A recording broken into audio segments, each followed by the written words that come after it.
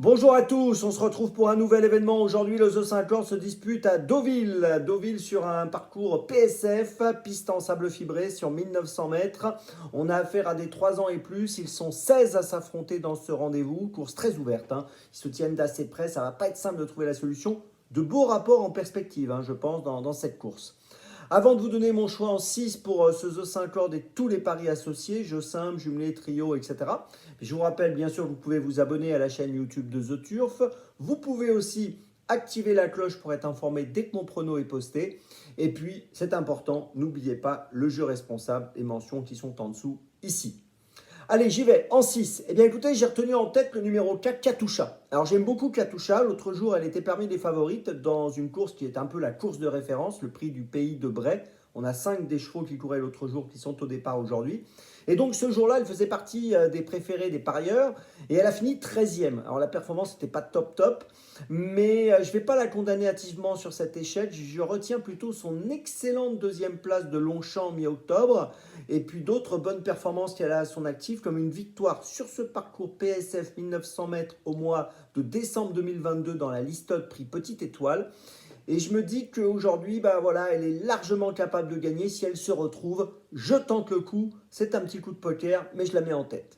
En deuxième position, j'ai retenu le numéro 1, Principé. Alors lui, il a gagné cette course, cette fameuse course, hein, le prix du pays de Bray l'autre jour. D'ailleurs, sa cote avait fortement baissé au dernier moment. Bon, là, il a été remonté sur l'échelle des poids, hein. Il a pris 3,5 kg. Il devra porter 62,5 kg, c'est beaucoup.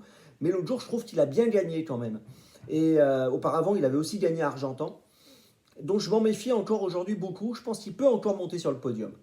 En troisième position, j'ai placé le numéro 10, Saint-Étienne. Alors lui aussi, il a couru cette fameuse course, hein. Il terminait deuxième. Très bonne performance ce jour-là pour Saint-Étienne.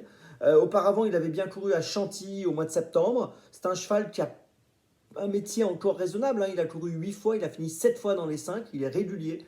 Donc je pense qu'encore une fois, il faut compter sur lui. En quatrième position, j'ai placé le numéro 12, Storm City.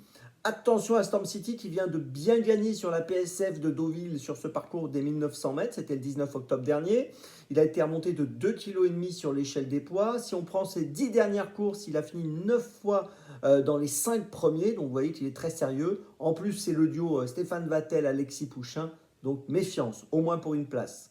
En cinquième position, j'ai placé le 15, Letis Marvel. Alors lui, c'est le grand spécialiste de la PSF de Deauville.